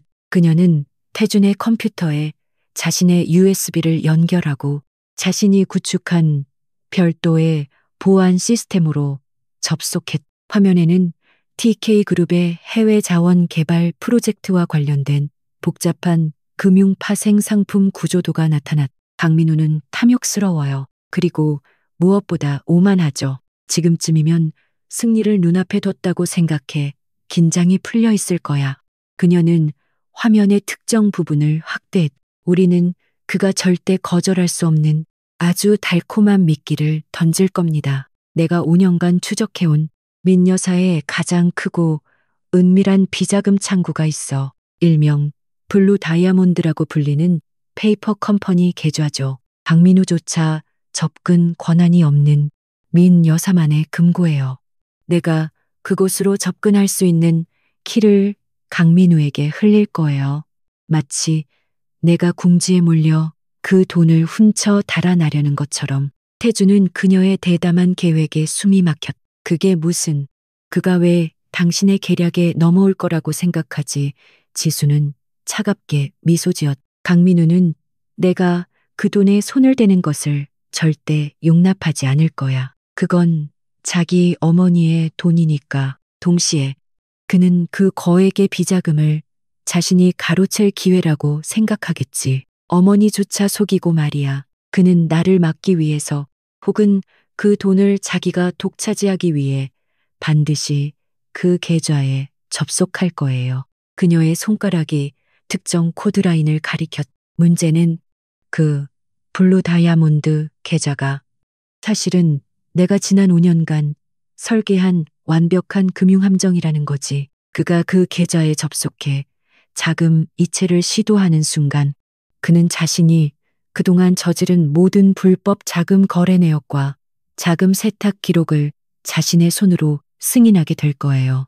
그가 승인 버튼을 누르는 즉시 모든 데이터가 실시간으로 백업되고 동시에 검찰과 금융감독권 서버로 전송되도록 설정해뒀어. 주주총회가 열리는 바로 그 시각에 말이야. 태주는 할 말을 잃었. 이것은 단순한 반격이 아니었. 이것은 상대의 탐욕을 이용한 완벽한 사냥이었다. 그는 자신이 5년간 그리워하고 또 원망했던 여자가 이제는 TK그룹의 그 어떤 전략가보다 더 무섭고 치밀한 존재가 되어 돌아왔다는 사실을 새삼 깨달았. 하지만 강민우가 그 미끼를 확실히 물 거라는 보장이 있나? 그리고 그 키는 어떻게 전달할 거지? 그건 내가 할게요. 난 민 여사가 이 펜트하우스에 심어둔 첩자를 알고 있어. 하우스키핑 매니저. 내가 그 여자 앞에서 궁지에 몰린 척처절한 연기를 할 거야. 강태준도 날 못 지켜줘. 아이들을 데리고 해외로 도망칠 자금이 급하게 필요해라고. 지수가 한치의 망설임도 없이 치밀하게 계획을 설명했. 그녀는 이미 모든 시나리오를 머릿속에 그려놓고 있었. 태주는 지수의 계획에 빈틈이 없음을 인정했. 그는 더 이상 그녀를 보호해야 할 대상으로 보지 않았다. 그녀는 함께 싸워야 할 동료였다. 좋아. 내가 당신의 연기를 도울 무대를 마련하지. 내가 공식적으로 당신을 압박하고 경호원들을 통해 당신을 감시하는 것처럼 보이게 만들겠소. 그리고 당신이 그 키를 손에 넣고 연기하는 동안 나는 외부에서 오라이언 캐피털을 역으로 공격해 강민우를 더욱 초조하게 만들겠소. 두 사람은 그날 밤 그리고 다음 며칠간 서재에서 함께 밤을 새웠. 태주는 TK그룹의 메인 서버와 보안 시스템에 대한 최고 관리자 접근 권한을 지수에게 열어주었. 지수는 그녀의 타의 추종을 불허하는 해킹 기술로 민 여사와 강민우가 구축해놓은 내부 방화벽을 우회하며 함정을 더욱 정교하게 다듬었. 그들은 마치 오랫동안 손발을 맞춰온 최고의 파트너처럼 완벽하게 움직였다. 태주는 잠시 식은 커피를 마시며 복잡한 코드라인에 집중하는 지수의 날카로운 옆모습을 물끄러미 바라보았. 5년 전 그녀는 늘 따뜻하게 웃으며 자신을 기다려주던 햇살 같은 사람이었. 하지만 지금 그녀는 얼음처럼 차가운 집중력으로 적의 심장을 정확히 겨누고 있었다. 그는 그녀를 이렇게 독하게 만든 것이 결국 자신이라는 사실에 다시 한번 가슴이 저려왔다. 왜 그렇게 쳐다보죠? 내 얼굴에 뭐 묻었어요? 지수가 모니터에서 눈을 떼지 않은 채 무심하게 물었. 태주는 당황했지만 애써 감정을 숨기지 않고 솔직하게 말했. 미안해서, 그리고 고마워서. 당신이 아니었다면 난 이미 모든 것을 잃었을지도 모르오. 난 정말 바보였어. 그의 목소리는 진심 어린 후회로 가득 차 있었다. 지수의 손가락이 키보드 위에서 잠시 멈췄. 그녀는 고개를 돌리지 않았. 난 당신을 위하는 게 아니라고 분명히 말했어요. 오직 내 아이들을 위해서, 그리고 내 5년을 되찾기 위해서야. 그녀의 목소리는 여전히 차가웠지만 그 끝이 미세하게 떨리고 있었. 그들 사이를 가로막고 있던 견고한 얼음벽에 아주 작은 균열이 생기기 시작했. 알아?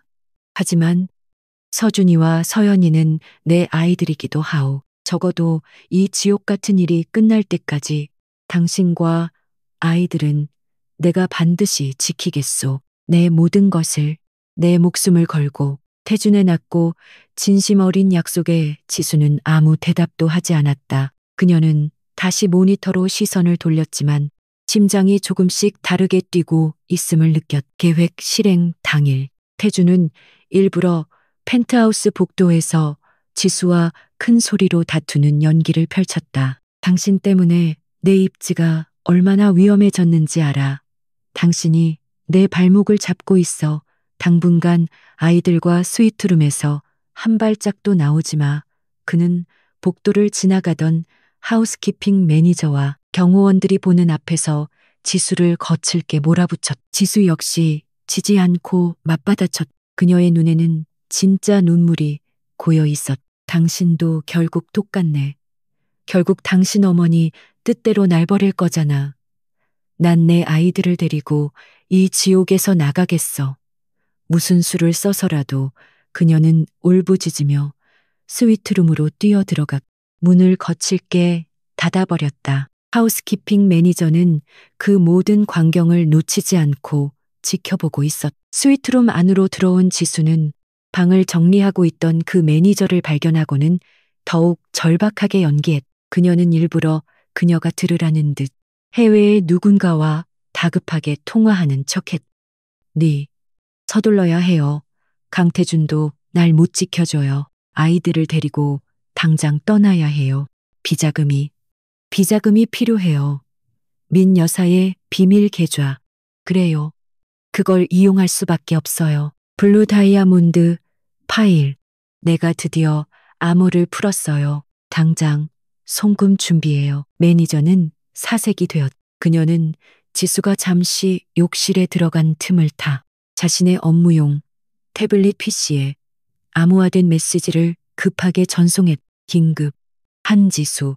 민 여사님 비밀 계좌 블루 다이아몬드 접근 시도. 자금 탈취 후 해외 도주 계획 중. 암호 확보한 듯 그 메시지는 즉시 민 여사에게로 전송되었. 한남동 본가. 민 여사는 매니저의 보고를 받고 경악을 금치 못했.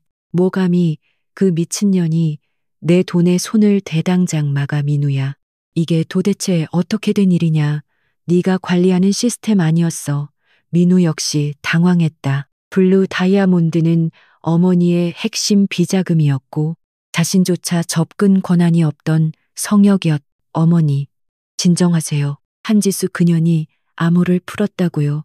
말도 안 됩니다. 하지만 만약 그게 사실이라면 우리가 먼저 그 돈을 확보해야 합니다. 그년이 훔쳐 달아나기 전에 강민우의 눈이 순간 탐욕으로 번뜩였. 그는 한지수가 암호를 풀었다는 정보를 이용해 어머니조차 모르게 그 거액의 비자금을 자신이 차지할 절호의 기회라고 생각했. 어머니, 걱정 마세요. 제가 처리하겠습니다. 한지수가 접속하기 전에 제가 먼저 계좌를 동결시키고 자금을 제 쪽에 안전한 곳으로 옮겨놓겠습니다. 민우는 어머니를 안심시켰. 그는 즉시 자신의 사무실로 돌아가 매니저가 몰래 빼돌린 지수의 가짜 접속키 암호를 이용해 블루 다이아몬드 계좌에 접속을 시도했다. 그는 꿈에도 몰랐. 그가 접속한 서버는 민 여사의 실제 계좌가 아니라 지수가 TK그룹 메인 서버 내부에 정교하게 구축해놓은 거대한 데이터 함정이었다는 것을. 그가 로그인을 하고 자금 이체를 위해 온갖 보안 인증 절차를 거쳐 승인 버튼을 누르는 순간 그것은 자신의 모든 범죄 기록에 디지털 서명을 하는 것과 같았. 강태준의 서재. 지수의 노트북 화면에 조용히 작은 팝업 창이 떴. Target locked. Data sync activated. 강민우가 미끼를 완벽하게 문 것이었. 걸려들었어요. 지수가 마침내 참았던 숨을 내쉬며 나직하게 말했. 그녀의 표정은 차가웠지만 마우스를 쥔 손은 미세하게 떨리고 있었. 5년간의 추적이 결실을 맺는 순간이었. 태주는 그런 지수의 어깨를 가볍게 감싸쥐었. 잘했소. 지수씨, 정말 잘했어. 그는 그녀의 떨림을 느꼈. 그녀가 아무리 강인한 척해도 혼자서 거대한 권력에 맞서는 것은 그만큼 두렵고 외로운 일이었. 이제 남은 건 일주일 뒤 주주총회뿐이군. 무대는 완벽하게 마련되었어. 일주일 뒤 열릴 임시 주주총회. 그곳은 원래 강민호와 민 여사가 강태준을 끌어내리기 위해 만든 화려한 단두대였. 하지만 이제 그 단두대는 한랄의 방향을 바꾸어 그들의 목을 향하고 있었다. 지수와 태주는 마지막 결전을 앞두고 창밖의 어둡고 거대한 도시를 함께 바라보았. 5년간의 긴 복수극이 드디어 마지막 장을 향해 가고 있었. TK그룹의 임시 주주총회가 열리는 컨벤션 홀은 살얼음판 같은 긴장감으로 가득 찼. 수백 명의 주주와 이사회 임원들, 그리고 재계의 이목을 집중시키는 기자들이 홀을 가득 메우고 있었. 단상 중앙에 앉은 강태준은 완벽한 포커페이스를 유지하고 있었지만 그가 이 거대한 홀에서 얼마나 고립되어 있는지는 명백해 보였. 그의 옆자리는 비어 있었. 맞은편에는 새어머니 민 여사와 이복 동생 강민우가 앉아 있었. 강민우가 먼저 연단에 섰다. 그는 며칠 만에 수척해진, 그러나 승리를 확신하는 듯한 묘한 흥분감에 휩싸여 있었다. 그는 준비한 자료를 스크린에 띄우며 비통한 목소리로 입을 열었. 존경하는 주주 여러분, 그리고 이사님들, 저는 오늘 참담한 심정으로 이 자리에 섰습니다. TK그룹은 지금 창사 이래 최악의 위기에 직면해 있습니다. 그는 스크린에 최근의 주가 하락, 그래프와 적대적 MAC도 관련 기사들을 띄웠다. 이 모든 위기는 현 경영진, 즉 강태준 회장의 독단적이고 무능한 경영에서 비롯되었습니다. 그는 회사의 방어 전략을 수립하는 대신 정체불명의 여자와 아이들에게 현혹되어 회사를 돌보지 않았습니다. 그의 시선이 경멸을 담아 태준에게 향했. 그때 민 여사가 자리에서 일어나 마이크를 잡았다. 그녀의 얼굴은 슬픔으로 가득 차 있었. 목소리는 금방이라도 울음을 터뜨릴 듯 떨렸. 저는 어미로서 태준이를 끝까지 믿고 싶었습니다. 하지만 5년 전 사라졌던 그 아이, 한지수가 돌아온 이후 태준이는 완전히 다른 사람이 되었습니다. 그룹의 중대사를 결정하는 자리에서조차 판단력을 잃고 있습니다. 그녀는 교묘하게 지수를 정신이 불안정한 여자로 몰아갔다. 그런 여자에게 휘둘려 그룹 전체를 위험에 빠뜨리는 아들을 저는 더 이상 지켜보고만 있을 수 없었습니다. 모두를 위한 결단이 필요합니다. 그녀의 연기는 완벽했. 장내의 동정 여론이 그녀에게로 쏠렸. 주주들이 술렁이기 시작했. 강태준은 그저 눈을 감은 채 모든 비난을 묵묵히 받아내고 있었. 민우가 다시 바통을 이어받았. 그는 결정타를 날릴 준비를 했. 강태준 회장은 5년 전 실종된 아내와 심지어 친자 확인조차 되지 않은 아이들을 펜트하우스에 숨기고 있습니다. 이는 경영자의 도덕성에 심각한 결함이 있음을 증명합니다. 이에 저는 TK그룹의 미래를 위해 강태준 회장의 해임안을 공식적으로 발의합니다. 의장이 해임안 표결을 선언하려는 바로 그 순간이었다. 잠깐 컨벤션 홀의 육중한 뒷문이 열리며 얼음처럼 차가운 목소리가 장내를 갈랐. 모든 시선이 소리가 나는 곳으로 향했. 카메라 플래시가 일제히 터졌. 그곳에는 민 여사가 정신이 불안정한 여자라고 칭했던 한지수가 서 있었다. 그녀는 5년 전의 수수한 모습이 아니었. 머리를 단정하게 빗어 넘기고 몸에 완벽하게 맞는 검은색 정장을 입은 그녀의 모습은 그 자리에 있는 그 어떤 경영자보다도 냉철하고 위압적이었다. 그녀의 곁에는 김 실장과 태준의 최측근 경호원들이 삼엄하게 그녀를 호위하고 있었다. 그녀는 수백 개의 시선을 당당하게 마주하며 연단을 향해 천천히 걸어왔. 민 여사와 강민우의 얼굴이 사색이 되었다. 그들은 지수가 이 자리에 나타날 것이라고는 상상도 못했. 전현이 감히 어떻게. 민우가 자신도 모르게 욕설을 내뱉었. 태준이 자리에서 일어났다. 그는 지수를 바라보며 의장에게 단호하게 말했. 제 아내이자 이 모든 사태의 핵심 증인입니다. 의장께서는 제게 주어진 발언 시간을 한지수 씨에게 양도하는 것을 허가해 주시기 바랍니다. 지수가 연단에 섰. 그녀는 방금 전까지 자신들을 비난했던 민 여사와 강민우를 차갑게 훑어보았. TK 그룹 주주 여러분, 강민우 전무와 민서현 여사는 방금 저를 정신이 불안정한 여자이자 정체불명의 여자라고 칭했습니다.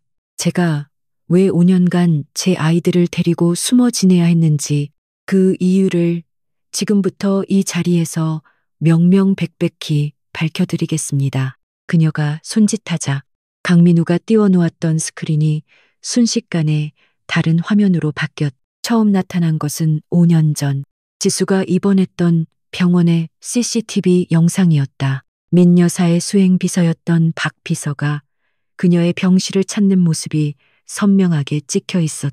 민 여사는 저에게 조용히 사라지지 않으면 뱃속의 아이들과 함께 죽게 될 것이라고 협박했습니다. 거짓말 저건 조작이야. 저 여자의 말을 믿지 마십시오.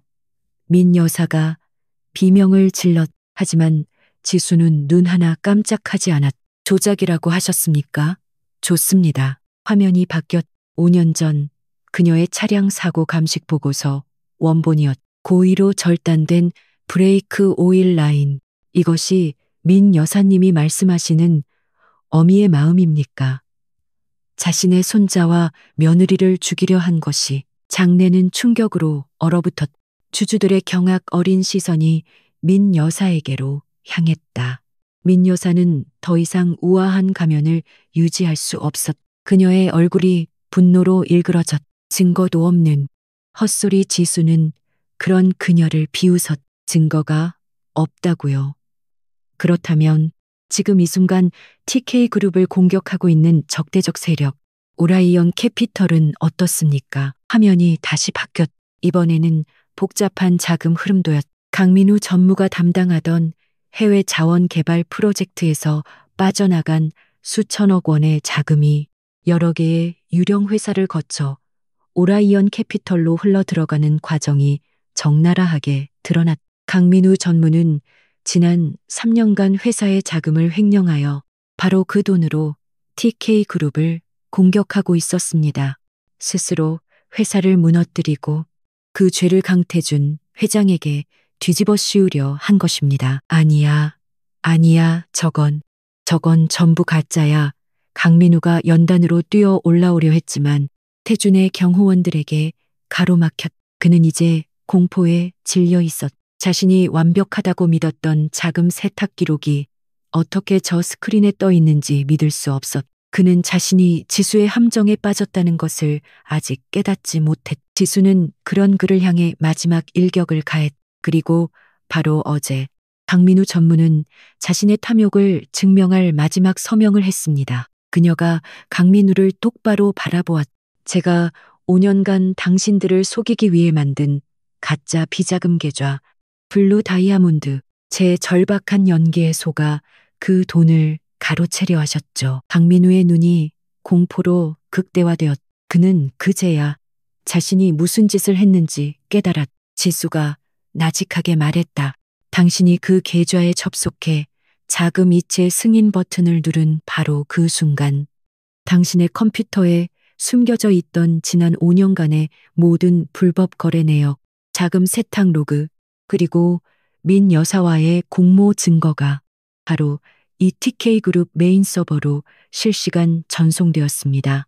지수가 손가락을 튕기자 스크린이 다시 한번 바뀌었. 그것은 더 이상 지수가 준비한 프레젠테이션 자료가 아니었. 그것은 강민우의 컴퓨터에서 방금 전까지 실시간으로 백업 수백 페이지에 달하는 범죄의 기록 그 자체였. 해외 페이퍼 컴퍼니로 송금된 정확한 액수, 날짜, 승인자, 코드, 심지어 민 여사에게 보낸 암호화된 보고 메시지까지 당장 저 스크린 강민우가 미친 듯이 소리쳤다. 그는 경호원들을 뿌리치고 연단의 제어판으로 달려가려 하지만 이미 늦었. 홀 안에 있던 모든 기자들의 카메라가 그 압도적인 증거를 실시간으로 송출하고 있었다. 주주들은 경악을 금치 못했. 몇몇은 분노의 차소리를 질렀. 민 여사는 자신의 의자에 그대로 무너져 내렸. 그녀의 얼굴에서 모든 핏기가 사라졌. 그녀의 완벽했던 5년간의 계획이 자신이 무시했던 그 연약한 며느리 손에 산산조각 나는 순간이었. 그녀는 더 이상 비명을 지를 힘조차 남아있지 않았다. 바로 그때 컨벤션 홀의 모든 문이 동시에 열렸. 이번에 들어온 것은 기자들이나 주주들이 아니었. 서울중앙지검 금융범죄수사팀의 검사들과 수사관들이었. 그들은 망연자실한 강민우와 민 여사에게로 망설임 없이 걸어갔. 태준이 미리 연락해둔 것이었. 강민우 씨, 민서연 씨. 검사가 차가운 목소리로 체포영장을 내밀었. 특정 경제범죄, 가중처벌 등에 관한 법률 위반, 업무상, 배임, 자본시장법 위반, 그리고 살인 미수 교사 혐의로 두 분을 긴급 체포합니다. 수사관들이 강민우의 손에 수갑을 채웠. 강민우는 더 이상 저항하지 못하고 그대로 끌려나갔다. 민 여사는 수사관들의 손길을 뿌리치며 발악했. 이거 놔. 날 건드리지 마. 태준아, 내 아들아. 네가 어떻게 나한테. 인연 한지수, 내가 널 가만두지 않겠어. 그녀의 저주 섞인 비명이 홀 전체에 울려 퍼졌지만 그 누구도 그녀를 동정하지 않았. 그녀 역시 무력하게 끌려나갔. 컨벤션 홀은 아수라장이 되었. 주주들은 충격과 분노 그리고 안도감에 휩싸였고 기자들은 이 세기의 막장 드라마를 한 글자라도 더 담기 위해 미친 듯이 카메라 셔터를 눌러댔. 모든 것이 끝났. 5년간의 지독한 악연이 가장 화려한 무대 위에서 막을 내렸. 태준은 연단으로 올라가 모든 힘이 빠진 듯 가늘게 떨고 있는 지수의 곁에 섰다. 그는 마이크를 잡았. 그의 시선은 더 이상 주주들이나 기자들을 향하지 않았. 그는 오직 자신의 곁에 선 여자, 자신과 자신의 아이들, 그리고 자신의 그룹을 구해낸 지수만을 바라보고 있었. 그녀의 눈에는 더 이상 차가운 분노가 남아있지 않았.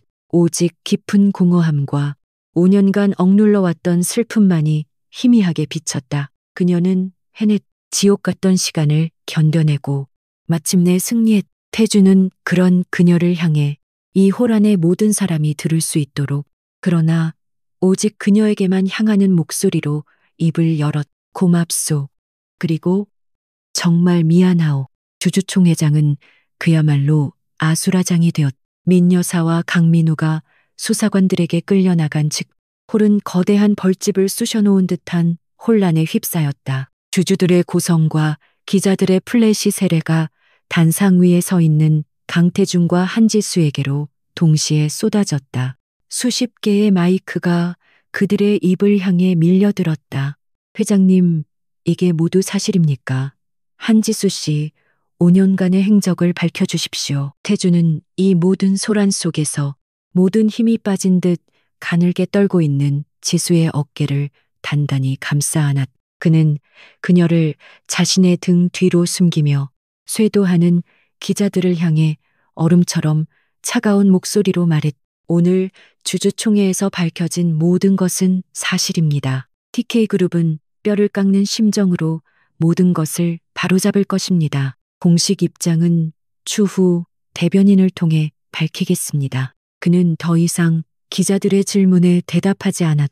그는 오직 지수를 보호하는 데만 집중했. 김 실장, 길을 확보해. 태준의 명령에 미리 대기하고 있던 경호원들이 즉시 인간 장벽을 만들어 두 사람을 둘러쌌. 태준은 지수의 손목을 단단히 잡고 기자들의 폭풍 같은 질문을 뚫고 컨벤션 홀을 빠져나왔. 지수는 5년간 팽팽하게 당겨져 있던 복수의 끈이 끊어지는 순간 밀려오는 현기증을 태준에게 의지하며 겨우 걸음을 옮겼. 펜트하우스 스위트룸은 바깥 세상에 폭풍을 비웃기라도 하듯 고요했. 서준이와 서연이는 아무것도 모른 채 두 명의 전담 경호원이 지키는 방 안에서 평화롭게 잠들어 있었. 지수는 아이들의 잠든 얼굴을 보자마자 참아왔던 모든 감정이 한꺼번에 북받쳐 올랐다. 그녀는 아이들의 침대맡에 주저앉아 소리 없이 눈물을 흘렸. 끝났다.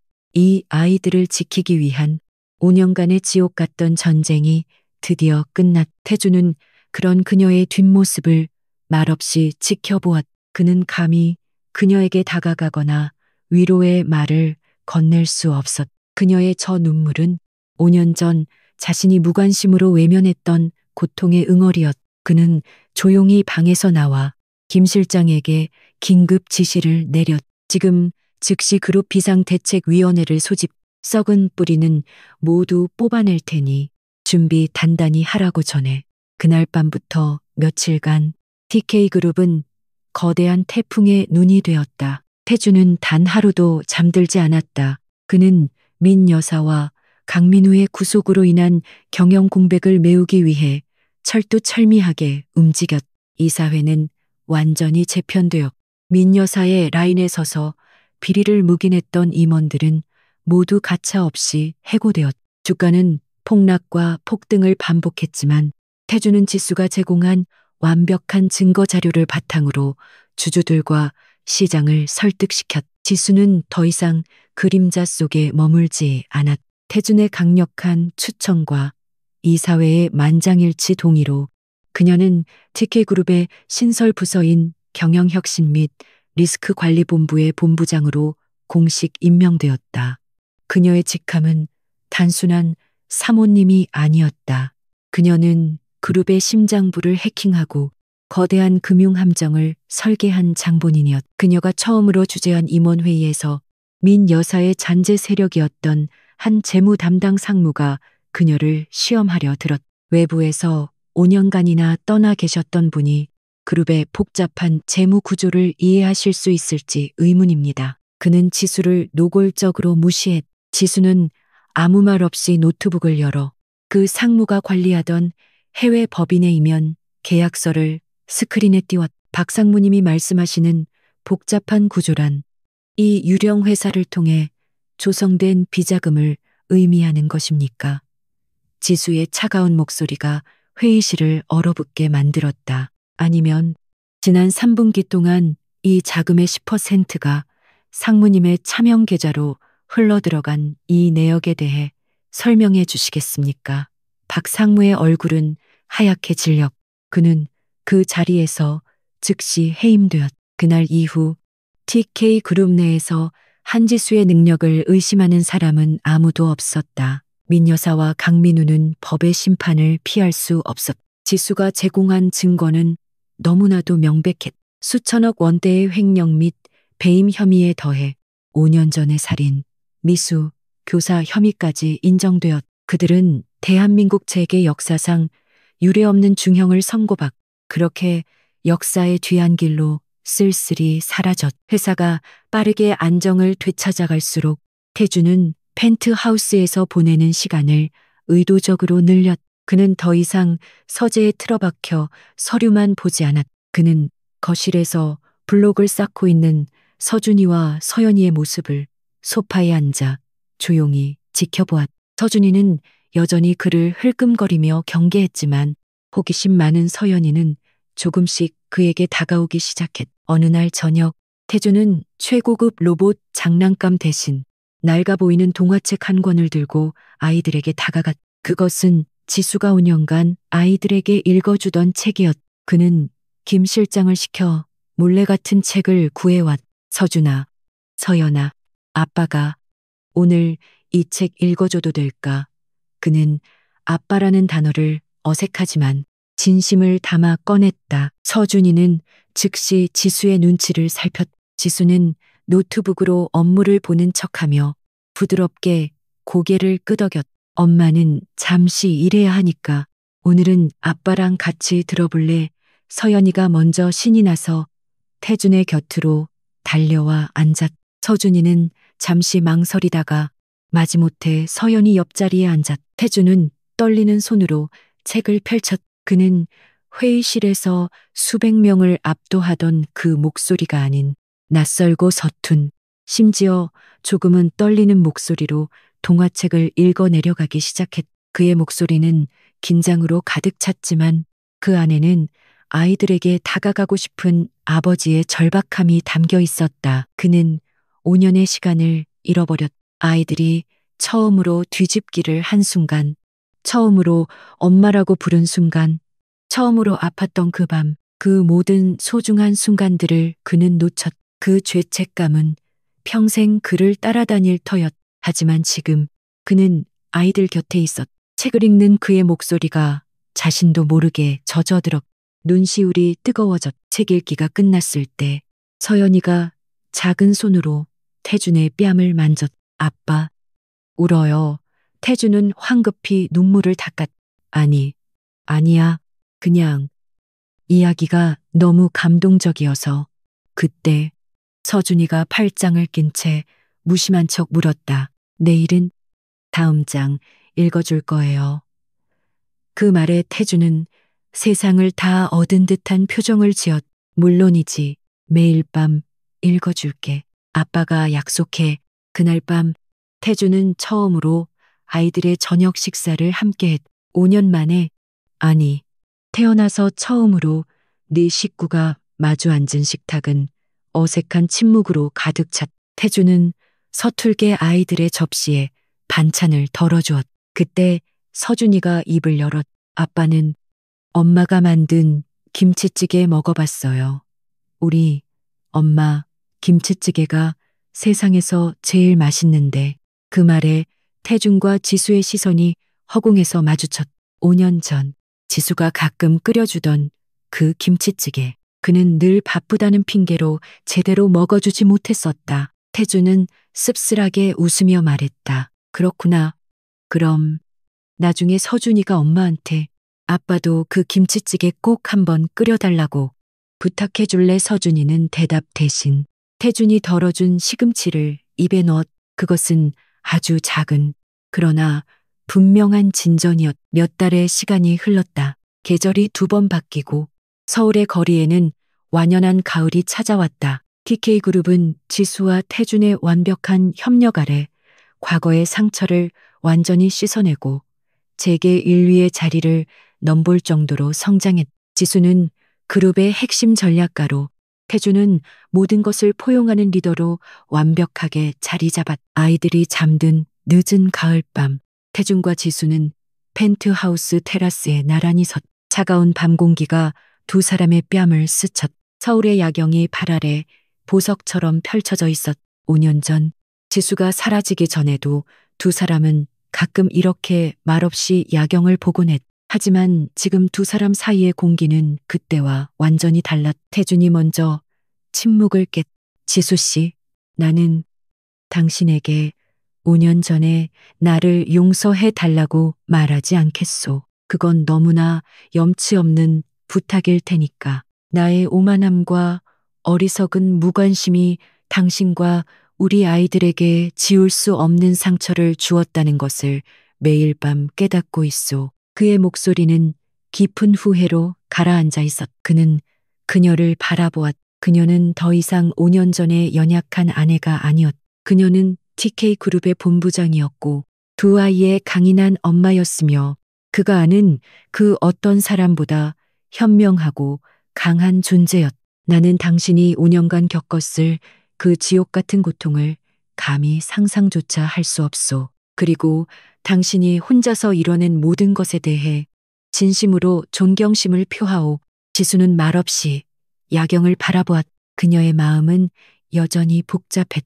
5년간 그녀를 지탱해온 증오는 사라졌지만 그 빈자리에 5년 전의 사랑이 곧바로 채워지지는 않았. 그 자리에는 여전히 아물지 않은 상처와 혼란스러움과 그리고 태준이 아이들에게 보여주는 진심 어린 노력에 대한 아주 작은 희망의 씨앗이 남아있었. 그렇게 말해줘서 고마워요. 그녀가 나직하게 대답했다. 태준은 그녀에게 한 걸음 다가섰다. 그는 그녀의 손을 잡는 대신 자신의 심장이 뛰고 있는 가슴에 손을 얹었. 난 당신에게 5년 전으로 돌아가자고 말하는 게 아니오. 우리의 과거는 이미 돌이킬 수 없이 망가졌으니까 난 당신과 새로운 시작을 하고 싶소. DK그룹의 강태준 회장으로서가 아니라 서준이와 서연이에게 매일 밤 책을 읽어주는 아빠로서 그리고 당신의 상처와 능력을 존경하는 한 남자로서 나에게 다시 한번 기회를 주지 않겠소. 우리가 잃어버렸던 그 가족을 이번에는 내가 내 모든 것을 걸고 지킬 수 있도록 나와 다시 시작해 주시오. 그것은 명령이나 통보가 아닌 그의 영혼을 담은 진심 어린 간청이었. 지수는 천천히 고개를 돌려 그의 눈을 바라보았. 5년 전 늘 권위와 야망으로 불타던 그 눈에는 이제 한 여자를 향한 겸손함과 뼈아픈 후회 그리고 따뜻한 진심이 담겨 있었. 그녀는 5년의 지옥을 홀로 견뎌냈. 이제 그녀 앞에는 새로운 내일이 펼쳐져 있었다. 지수는 천천히 입을 열었. 그녀의 목소리는 여전히 단호했지만 그 안에 따뜻한 온기가 실려 있었.